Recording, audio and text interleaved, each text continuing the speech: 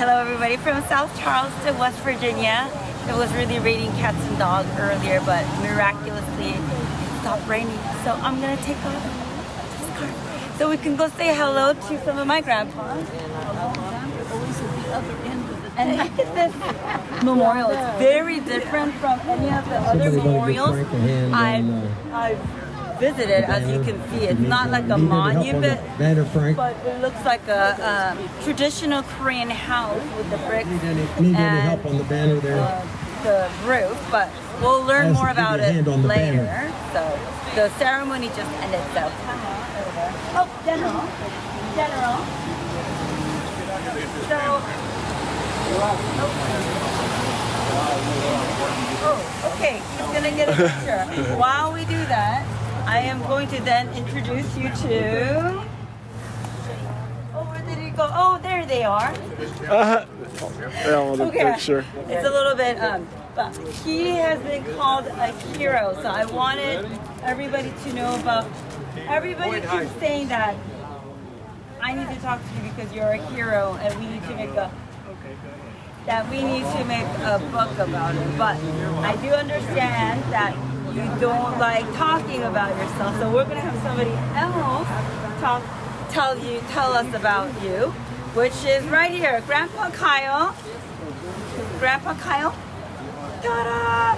So Grandpa Kyle, is gonna tell us about the memorial, but you kept saying that we all need to know his Grandpa story. Bob. Yes, Grandpa Bob.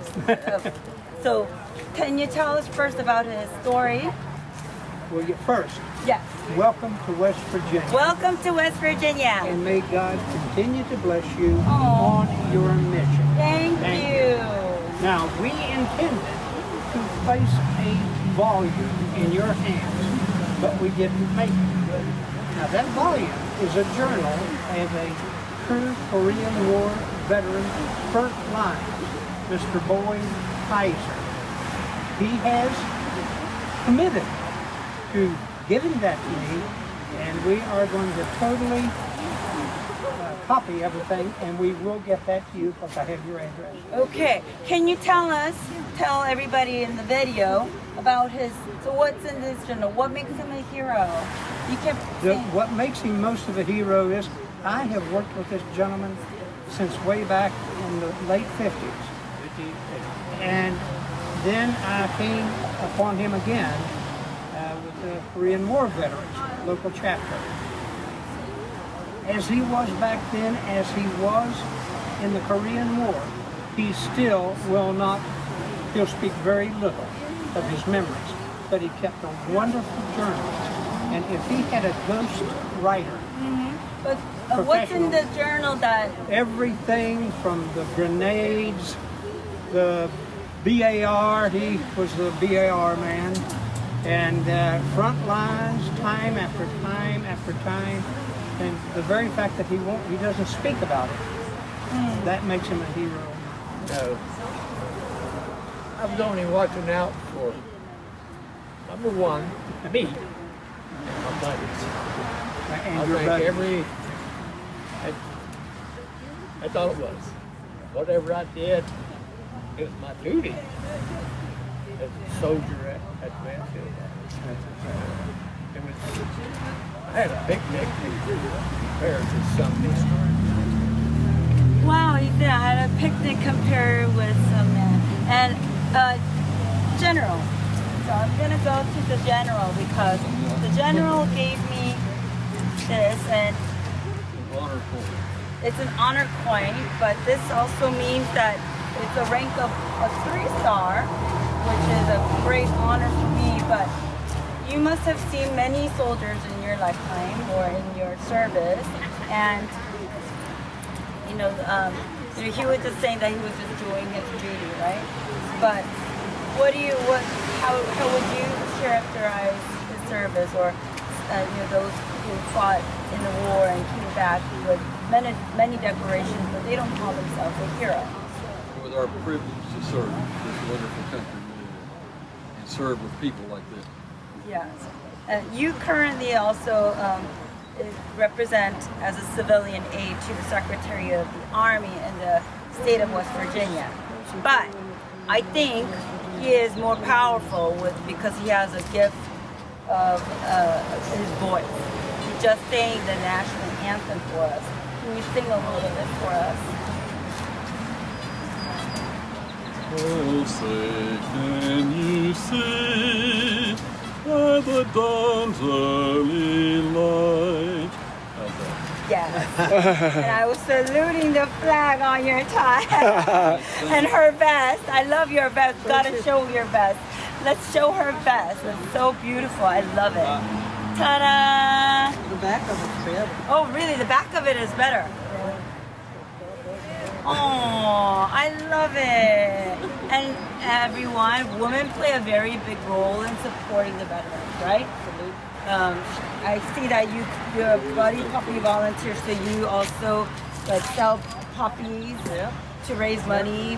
Yes. So. Like to take pictures with Yes. So before we take the picture, however, we want him to give President Grandpa Frank to give a.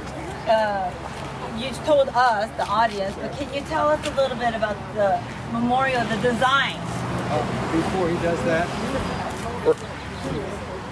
Okay, so can you tell us about the life? I mean, We wanted something different when we had a memorial, not just a stone. This is a Korean gate, and I'm sure our speaker recognized that.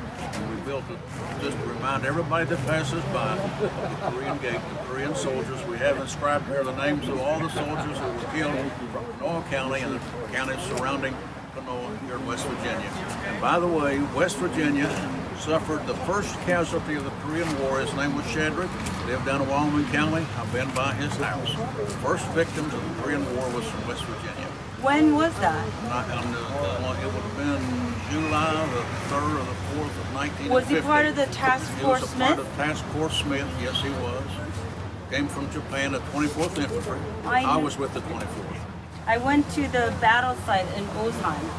The Task Force Smith fought in Ozan, and I know that almost everybody in the unit had perished because They wiped it out. It was the 19th Regiment. They flew them in, and they were not ill-equipped, unprepared, and they suffered a lot of casualty there.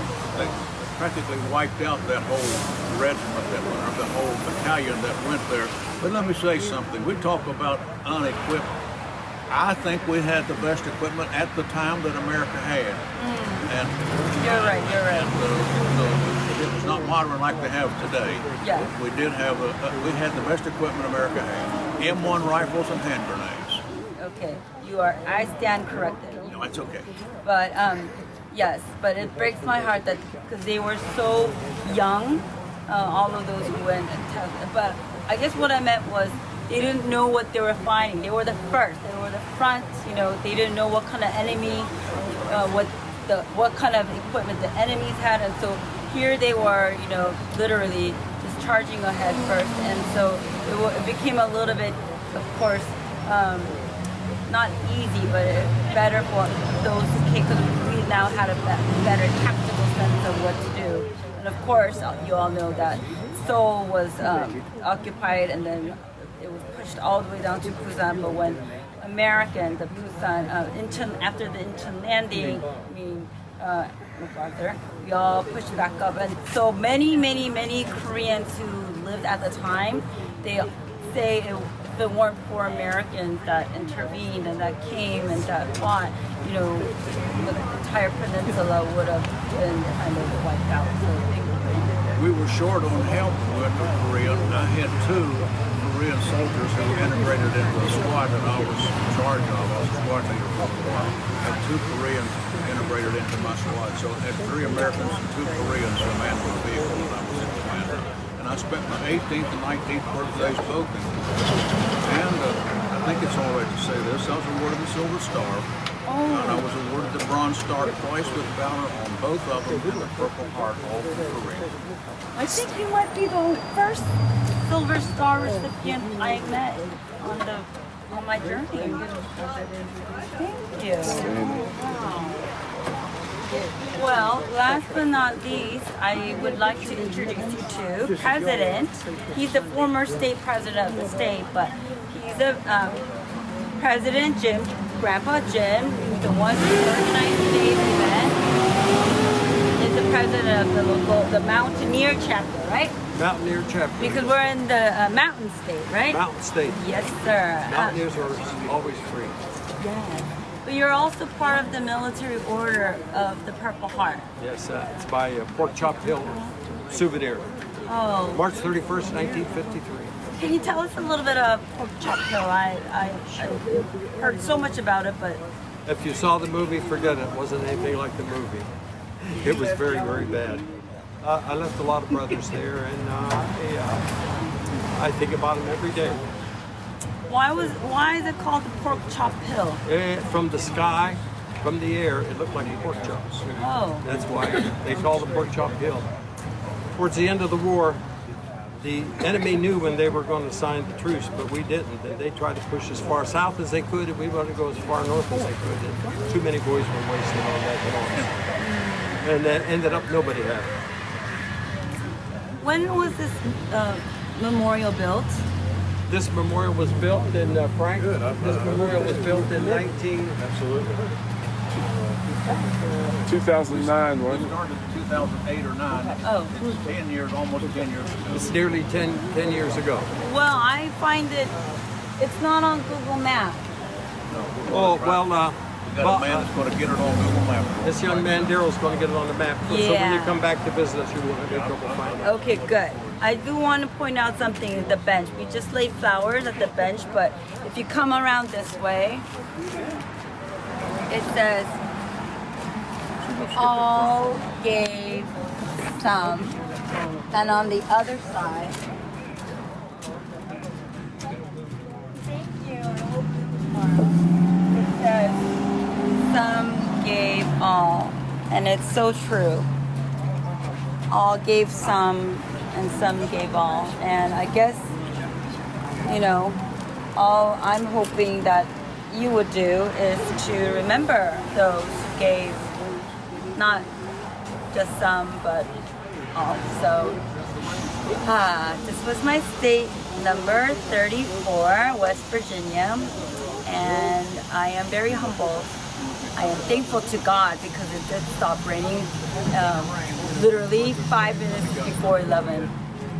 Right? Oh my Perfect. God. Perfect. So let's do a loop inside here.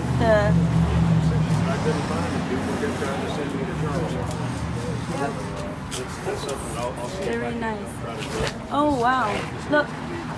So it has the war veterans, the peacekeepers, the Korean War survivors, and last but not least, a reminder to us all that freedom is not free, and it's right up there.